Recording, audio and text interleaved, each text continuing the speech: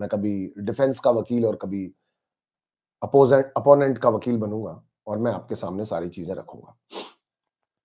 आपने अगर नोटिस किया हो, इस अदालत के लगते ही यहां पर अंकिता ने भी ये सवाल किया था बिग बॉस से कि मैं तो खुद यहां पर मुनव्वर को गलत मानती हूं, तो फिर मुनव्वर की अदालत में मैं वकील कैसे बन सकती हूं।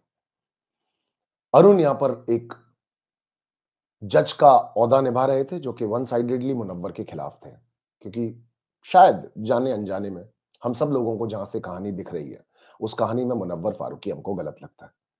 विकी के द्वारा लगाए गए इल्जाम ये थे, पहला इल्जाम विकी के द्वारा लगाया गया था कि ये दोस्तों का साथ नहीं दिया इसने, ये 30 मिनट भी नहीं निकाल पाया किसी से बात करने के लिए आयशा के आने के बाद। आयशा से पहले इसने अपनी एक गरीबी की कहानी को हम सब लोगों को बेचा, जिस कहानी के अंदर इसने अपने दुख, दर्द, तकलीफें, माँ-बाप, परेशानियां और एक लड़की की कहानी सुनाई जिस लड़की से वो बहुत प्यार करता है।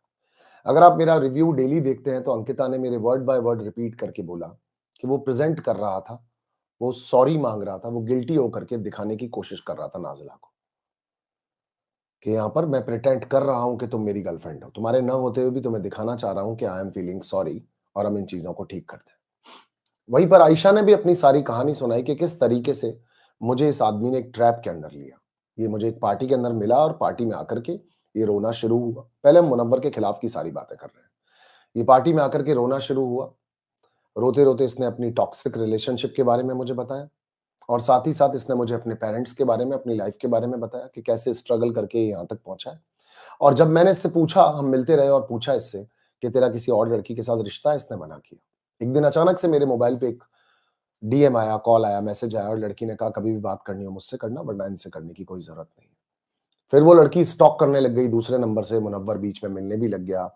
एक आय इसने भी रखी, आयशा ने भी नाज़िला पे रखी, एक नाज़िला ने भी आय आयशा के ऊपर रखी और ये चीज़ें चलती रहीं। मुनव्वर फारूकी बिना 15 दिन बात किए हुए शो के अंदर चला गया, जो मुनव्वर ने अपने मुँह से भी बोला कि फाइनली जब मैं यहाँ से चला गया, तो मुझे लगा शायद तुम्हारी मेरी साइड से खत्म हो गया। अब खत्म होने के बाद में आयशा ने एक पॉडकास्ट किया और आयशा इस शो के अंदर आ गई, क्योंकि उन्हें लगा कि तुम रुक सकती हो नाज़िला, पर मुझसे बर्दाश्त नहीं हो रहा, मुझे अंदर जाना है। दोनों लड़कियों के बीच में 7 घंटे की लगातार बात हुई और इन लोगों ने बात करके और यहाँ पर चीज़ों को क्लियर करने की कोशिश की। अब बात करके देखते हैं एक बार नाज़िला के बारे में थोड़ी-सी। मुनव्वर एक लड़की से मिलता है, जिन दोनों के बीच में एक अच्छा-सा रिलेशनशिप बनने की कोशिश होती है और दोनों जने आगे भी बढ़ रहे होते हैं, दोनों के अंदर झगड़े हो रहे होते हैं। अमूमन रिश्तों के अंदर झगड़े होते रहते हैं, तो दोनों के बीच में झगड़े भी हो रहे होते हैं। इस बीच मूव ऑन करने की ट्राई करता हुआ, जैसे अभिषेक हमारे ही सामने खानजादी से ट्राई कर रहा था।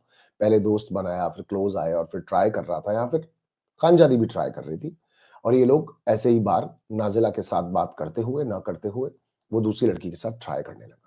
दूसरी लड़की के साथ ट्राई करते-करते उसको लगा कि शायद यहाँ भी बन नहीं पा रहा है और वो दोनों लोग दूर हो गए थे। यहाँ पर आयशा एक बार नहीं 10 बार अपने स्टेटमेंट्स में कह चुकी है कि मुझे नहीं लगता कि मैं इनके साथ रह सकती हूँ। मुझे इन्होंने कभी क्लियरली कहा नहीं कि ये मुझसे प्यार करते हैं। मुझे कभी इन्होंने इस तरह की इम्पो